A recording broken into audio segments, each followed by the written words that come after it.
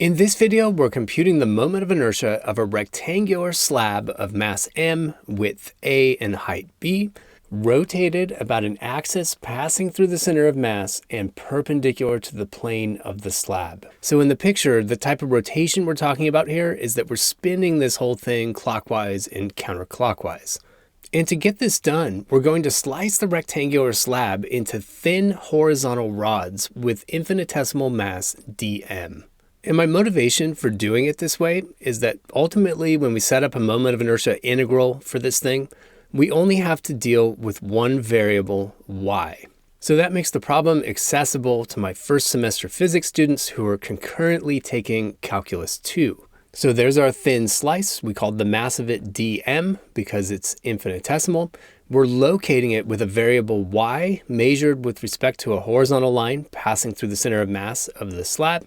And then the thickness of that little rectangular slice is dy. Now we need a couple reminders before we get started setting up the integral here. First, a quick reminder about area density. It's really convenient to define this quantity, area density. We normally use a lowercase sigma for that. And area density is just mass divided by area, so the units of that would be kilograms per meter squared. Now we can always turn this around and say that mass is area density times area, so m equals sigma times a. We can also write that last statement in its infinitesimal form. So if I have a mass of dm, in other words, an infinitesimal mass, that's given by sigma times the infinitesimal area of that mass. So that's exactly what we're going to have to use to express our little dm in this picture.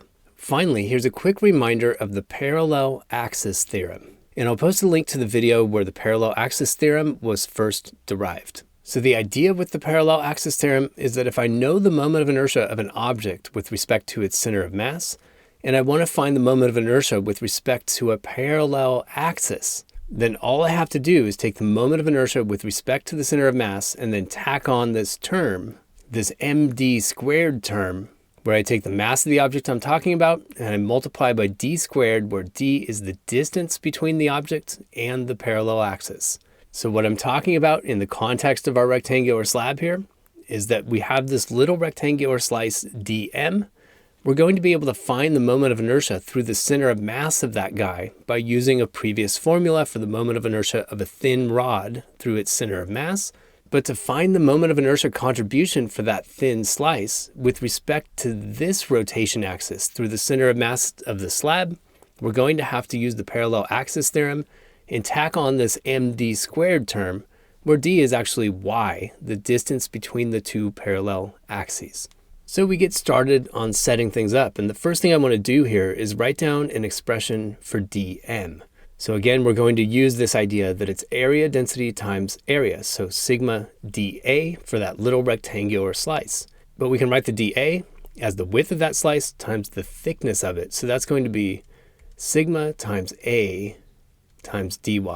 So now we want to find the moment of inertia contribution of this little dm, and we're going to call that di because it's an infinitesimal contribution to the total moment of inertia. And to get this done, we need to use the parallel axis theorem. So the parallel axis theorem says I need to start with the moment of inertia of that little slice with respect to its own center of mass.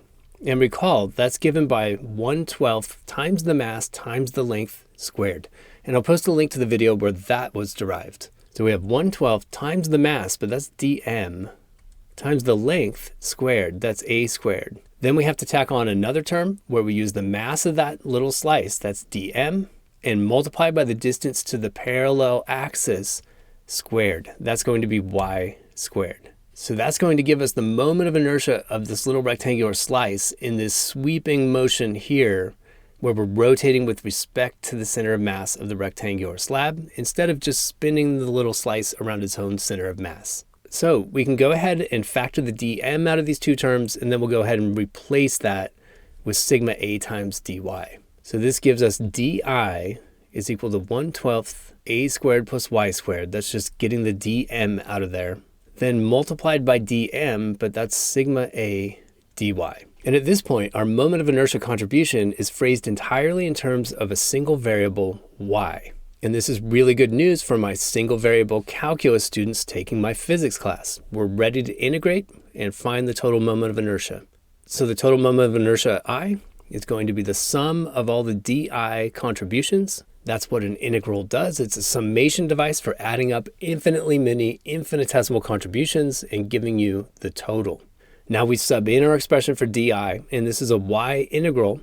So we're going to need y limits of integration on this thing as well. So as I write this down, I'm going to pull the constants out in front. So I have a sigma a out in front. And then the integral as y goes from negative b over 2, that's the bottom of the slab, to positive b over 2, that's the top of the slab, of 1/12 a squared plus y squared dy. Now before I integrate, I want to go ahead and take advantage of a symmetry here. This integrand is an even function, and that means I only need to integrate on half this interval and then double the result. That gives us a 0 for our lower limit. Now having a 0 in the lower limit is going to be an advantage when we get to the end of this calculation. So I pull a factor of 2 out in front. That gives me a 2 sigma a out in front. And then I'm integrating from 0 to b over 2. And our integrand is 1/12 a squared plus y squared. So this integral is pretty simple. It's all just basic power rule stuff. I have a 2 sigma a out in front. And then in my first term, I get a 1/12 a squared y. And in my second term, a 1/3 y cubed. And then we're evaluating from 0 to b over 2. So here's where we get the advantage from recognizing the symmetry of the function. When I sub in that lower limit, I get 0. So I don't have to worry about that. And when I sub in the upper limit, that's b over 2. So if I sub that into my first term, I'm going to collect the denominators together. I get 1/24 a squared b. And then in my second term, when I cube b over 2, I get b cubed over 8. So I have another denominator of 1/24. And I have a b cubed there. So now we're going to do a little bit of factoring, and I can pull out a 24 in the denominator, and I can also pull out a factor of b. So when I pull out that 1/24, a 2 is going to cancel there and give me a 1/12. So I have 1/12 sigma times a times b. Remember, I'm also pulling a b out. And then in the parentheses, I have a leftover a squared plus b squared. So that's one way to write the answer, but we're not done yet because ideally we want to express our answer in terms of the given properties of this rectangular slab. And that was big M and little a and little b. So I need to go back to the definition of area density here and say that sigma is equal to the mass divided by the area for this entire slab. Well, that's big M over a times b. And we're going to sub that in to our expression for the moment of inertia. So when I do that, the a over b's are going to cancel and leave me with just an m in that part. And I end up with a 1/12 m times the quantity a squared plus b squared. And that's our moment of inertia for a rectangular slab rotating about an axis passing through the center of mass and perpendicular to the slab itself.